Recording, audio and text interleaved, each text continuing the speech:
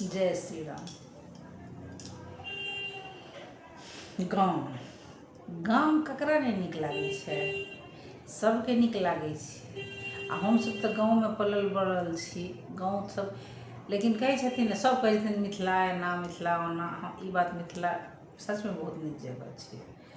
जे मतलब मिथिलाके बोली, मिथिलाके खाना पीना सब चीज नीक छै। लेकिन गाँव अहाँ जइयौ ने तऽ गाँवमे अहाँके अगल बगल जकरा अपना सब गाँवमे दियाद कहै छै, ओ अहाँके सकूनसँ अहाँके जियो नहि देतै। अगर अहाँ एक सप्ताह लए जाइ छी तऽ ओ अहाँके नौ घाटके पानि अगर नहि पिएलथि तऽ ओ अहाँके दियाद केना कहेती। किया तऽ दियादवला पावर एगो अलगे होइ छै। आ शहरमे की छै जे शहरमे अहाँके ककरोसँ कोनो अथी नहि रहै छै। अहाँ की खाइ छी नहि खाइ छी, अहाँ केना रहै छी नहि रहै छी, अहाँके ज़िन्दगी केना बीतैए नहि बीतैए, एहि तरहक अहाँके शहरमे टेंशन नहि रहै छै। लेकिन गाँवमे गाँव जहिना खूब मिठगर शब्द छै, आ गाँवके नाम सुनि कऽ मोन झूमै छै।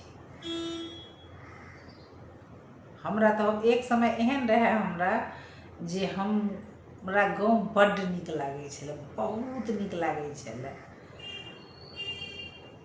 हमरा एखनो गाँव बड़ नीक लगैए। लेकिन गाँवमे आब हम एहन एहन मानसिकतावला लोक देखै छियै जे ओ अहाँके रहनाइ मुश्किल कऽ दै छथिन गाँवमे।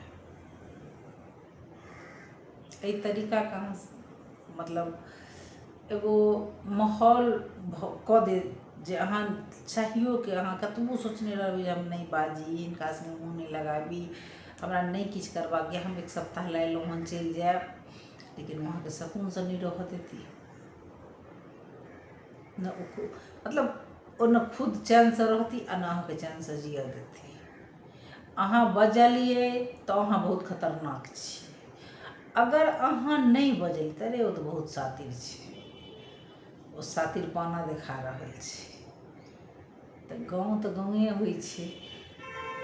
लेकिन ओहि गाँवमे जे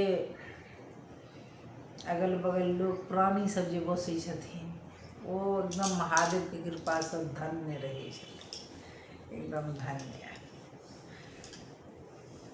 ताहि दुआरे गाँव तऽ गाँवे छियै। अबियौ ने हमरा मिथिलामे, देखबै जे गाँवमे की सब नहि होइ छै। जय श्री राम।